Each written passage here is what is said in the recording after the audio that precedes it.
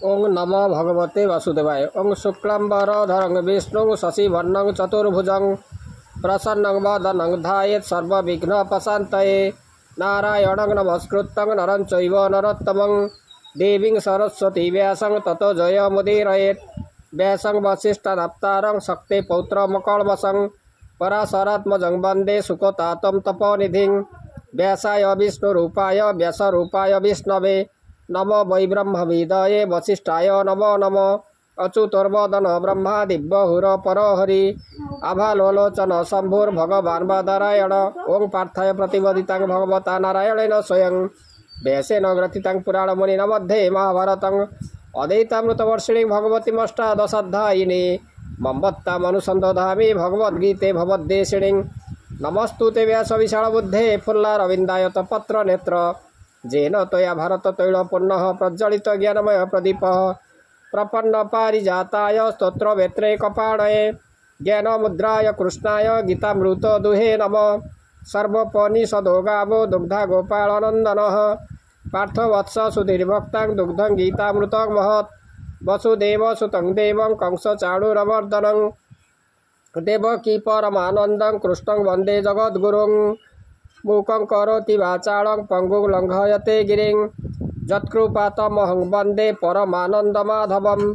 शान्ताकारं भुजगशयनं पद्मनाभं सुरेशं विश्वाधारं गगनसदृशं मेघवर्णं शुभांगं लक्ष्मीकान्तं कमलनयनं योगिर्भिध्यानगम्यं वन्दे विष्णु भवभयहरं सर्वलोकैकनाथं। आज में श्रीमद्भगवद गीता एकादश अध्याय विश्वरूप दर्शन आज आम पंचम भाग आलोचना करवा। सखेति मत्ता प्रसभं यदुक्तं हे कृष्ण हे जादव हे सखेपति अजानता महिमानं तवेदं मया प्रमदात् प्रणयेन व्यापी जच्चावहासार्थमसकृतोऽसि विहारसज्जा शयन भजनेषु एकत्थवापच्युत तत्समक्षं तत्क्षामयेतो महाप्रमेयं। हे हरि मु तोर महिमा न जानी तोते सखा और बंधु भाव में शयन भोजन खेल परिहास जेते कटु कथा कही मते क्षमा देव। मु तुम महिमा न जाने सखा स्वरूप तोते मणि हे कृष्ण सखा जदुपति एपरी जेते कभकति भ्रमवसरे बंधु पड़े कही जा सबु बचने शयन भोजन विहारे खेल आदि परिहासरे जे कटु कथा अच्छी कही तेणु मु क्षमा मागुछे। हितासि लोक सचराचरस् तोमस्य पूज्यस्य गुरुर्गरीयान् न तस्तमस्तभधिक कुतन्न लोकत्रये प्रतिम प्रभाव तस्मात् प्रणम्य प्रणिधाय कायं प्रसादयेतो महिषमीढं पीतेव पुत्रस्य सखेव सख्यु प्रिय प्रियार्हसि देव सोढुं। ये जेते स्थावर जंगम तुम्हें यांकर स्रष्टा तुम्हें गुरुंकर गुरु तीन लोकरे तुम्भ समान द्वितीय कहीं नहीं। तेणु भूमि रे पड़ी प्रार्थना करे पिता जेपरी पुत्र दोष पति जेपरी पत्नी दोष क्षमा करे सेहीपरि मोर सखा भाव मोर दोष क्षमा कर। ए जेते स्थावर जंगम यांक पिता तु मोहन गुरुंक गुरु जे आपण तीन लोके नहीं तो सम द्वितीय तोह समान रे उत्कृष्ट न देखे संसारे। एथि निमित्त भूमे पड़ी वंदना करे कर जोड़ी अदृष्टपूर्वं हृषितोऽस्मि दृष्टा भयेन च प्रबथितं मनो मे तदेव मे दर्शय देवरूपं प्रसीद देवेश जगन्निवास। किरीटिनं गदिनं चक्रं हस्तं मिच्छामि तं द्रष्टुमहं तथैव तेनैव रूपेण चतुर्भुजेन सहस्रबाहु भव विश्वमूर्ते। हे जगन्निवास मु तुम्हार विराट शरीर देखि तोष हेले भय मोर देह थरई पूर्वे जेपरी तोर चतुर्भुज लावण्य रूप थिला सेही रूप धारण कर। जेपरी पुत्र दोष पीत सखा दोष सखा जे मंत सेपरी जेपरी पति पत्नी दोष क्षमा करी न भये रोष सेपरी हे देव मोहर कलापराध क्षमा कर जगन्निवास मु तुमर असीम विराट शरीर देखिल हेली तोष सत मात्र भय मो कंपे गात्र। श्री भगवान वच मया प्रसन्नेन तमार्जुनेदं रूपं परं दर्शितमात्मजोगात् तेजोमयं विश्वमनन्तरूपं जन्मे तदनेन दष्टु पूर्वं।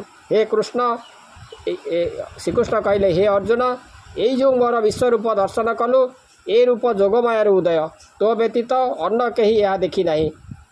पूर्वे तो चतुर्भुज देह गदा किरीटी चक्र सह जहाँ देखुछु इच्छे ताहा हे महाबाहु हुआ ताहा।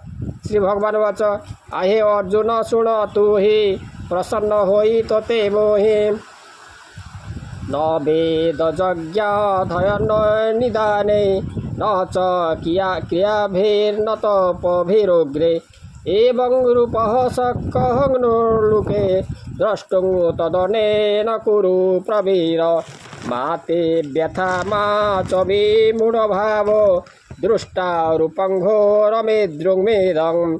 जो माने वेदादि अध्ययन नानादि यज्ञ विविध दान तपस्या अग्नि होम मान करती से माने मोर ए विराट रूप देखि पारती नहीं। यही असीम तेजियान विश्व सुकलु दर्शन ए जोग मायारुदित केन देखिछि तो व्यतीत वेदाध्ययन यज्ञ दान तपस्या अग्नि होत्र मान सेमाने संसारे करती ए रूप देखि न पारती हेकुरु वीरतोह भिन्न मो विश्वरूप को दर्शन करी नाहंती भवे केहि अधिक कि कहिबी मोहि व्यपेतभिप्रीतमान पुनश्च तदेव मे रूपमेदं प्रपश्य। संजय उवाच इत्तर्जुनं वासुदेवस्ततक्ता शक्कं रूपं दर्शयमास भूय आश्वासयमास च भीतमेनं भूत्ता पुनः सोम वपुर्महात्मा। मोर भयंकर रूप देखी तू मोह न होई धैर्य धरी मोर पूर्व शरीर को देखे। संजय कहले हे राजा वासुदेव अर्जुन को एपरी कही निजर पूर्व देह धरिबारु अर्जुन भय त्याग कले। मोर ये भयंकर देह देखि मोहित तुही कुह मोर ये भयंकर देह देखि मोहित तुही नोह एबे तू संतोष चित्तरे भय भावना रख दूरे मोहर से पूर्व शरीर देख हे वीर पुनर्बार। बोले संजय हे देव एपरी कही वासुदेव। अर्जुन वाच दृष्टे दग्मानु संरूपं तब सोमं जनार्दन इदानीमस्मि संवृत्त सचेता प्रकृतिगतः। अर्जुन कहले हे हरि तुम्बर ये लावण्य रूप देखि मोर भय दूर हैला। निजर पूर्व रूप धरी अर्जुन देखाइले हरि प्रशांत रूप को धइले अर्जुन भय को नासिले करिले सांत्वना प्रदान दया सागर भगवान। अर्जुन वाच हे जनार्दन मु तुम्भर मनुष्य रूप मनोहर देखिल मन हेला स्थिर घुंचिला भय हृदयर।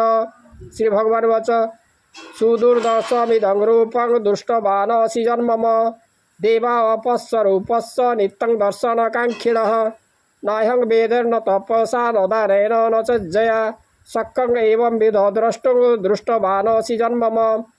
श्रीकृष्ण कहले हे अर्जुन तू मोर प्रधान भक्त हेतु ये मोर विश्वरूप देखिलु देवता माने नीति इच्छा करी मध्य देखि पारती नहीं।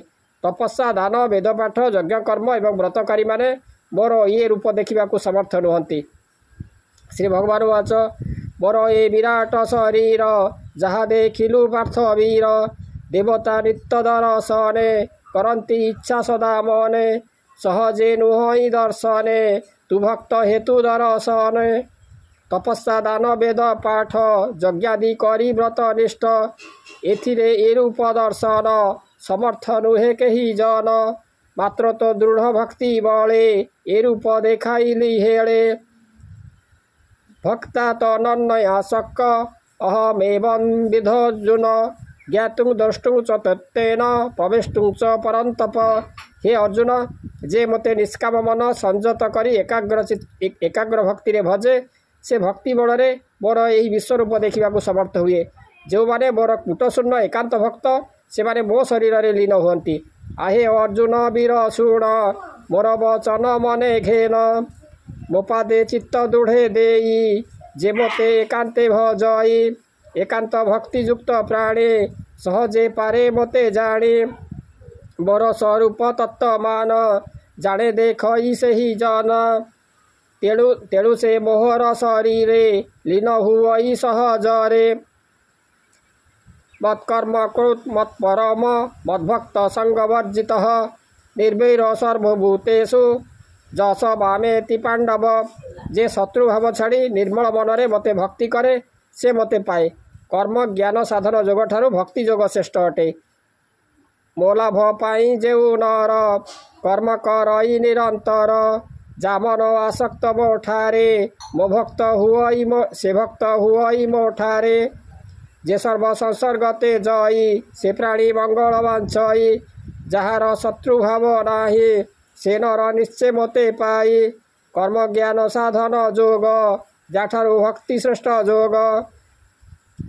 इति श्री महाभारते सतस्र संहितायां वैयासिकां भीष्म पर्वणि श्रीमद्भगवद्गीता उपनिषत्सु ब्रह्म विद्यायां योगशास्त्रे श्रीकृष्ण अर्जुन संवादे विश्वरूप दर्शने नाम एकादश अध्याय। श्रीमद्भगवद्गीतार एकादश अध्याय जहाँकि पंचम भाग आपण मैंने शुणिले। आशा करे भगवान दिव्य कथामृत आपण मानक भल लगी। आज रोची ओम नमो भगवते वासुदेवाय।